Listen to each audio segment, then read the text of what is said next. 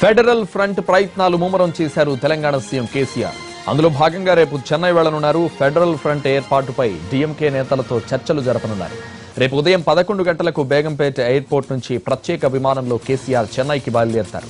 తమిళనాడు మాజీ ముఖ్యమంత్రి కరుణానిధితో మధ్యాహ్నం 1:30కు భేటీ అవుతారు. ఆ తర్వాత 2 గంటలకు తమిళనాడు ప్రధాన ప్రతిపక్ష నేత స్టాలిన్తో చర్చలు జరుపుతారు.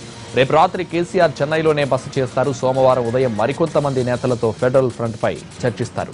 సోమవారం మధ్యాహ్నం తిరిగి హైదరాబాద్ కు తిరుగు పయనమవుతారు కేసీఆర్.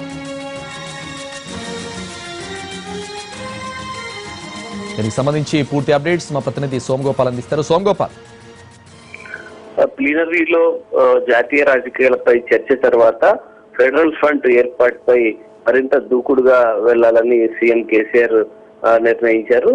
రేపు 11 గంటలకు బేగంపేట విమానాశ్రయం నుంచి ప్రత్యేక విమానంలో కేసీఆర్ టీం చెన్నై బయలుదేరుతుంది.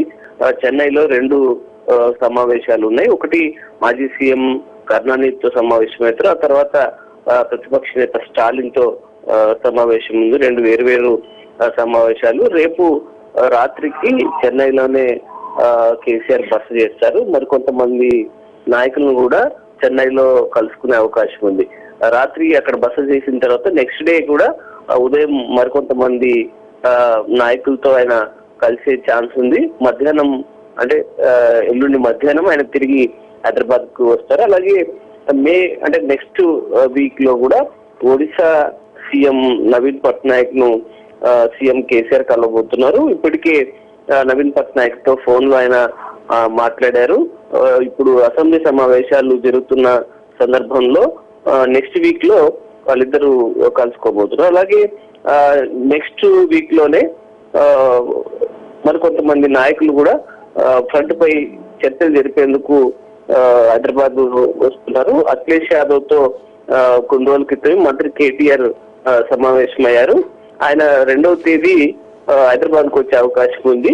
ప్రధానంగా ఫ్రంట్ ఏర్పాటు పైనే ఆయన సానుకూలంగా స్పందించారని ఫ్రంట్ లో కలిసి పనిచేసేందుకు ముందుకు వచ్చినట్టు సీఎం నిన్న ప్రకటించారు. వరుస భేటీలు ఈ రేపటి మీటింగ్ తర్వాత వరుసగా ఫ్రంట్ పై చర్చలు ఉంటాయని టీఆర్ఎస్ పార్టీ చెప్తోంది. అలాగే ఢిల్లీ టూర్ కూడా త్వరలోనే ఉండబోతుంది. కేజ్రీవాల్ తో పాటు మరికొంతమంది ప్రాంతీయ పార్టీల నేతలు అలాగే జాతీయ పార్టీలకు సంబంధించిన నేతలతో ఫ్రంట్ పై కేసీఆర్ చర్చలు జరిపే అవకాశం ఉంది. సంతోష్. Thank you Somagopal.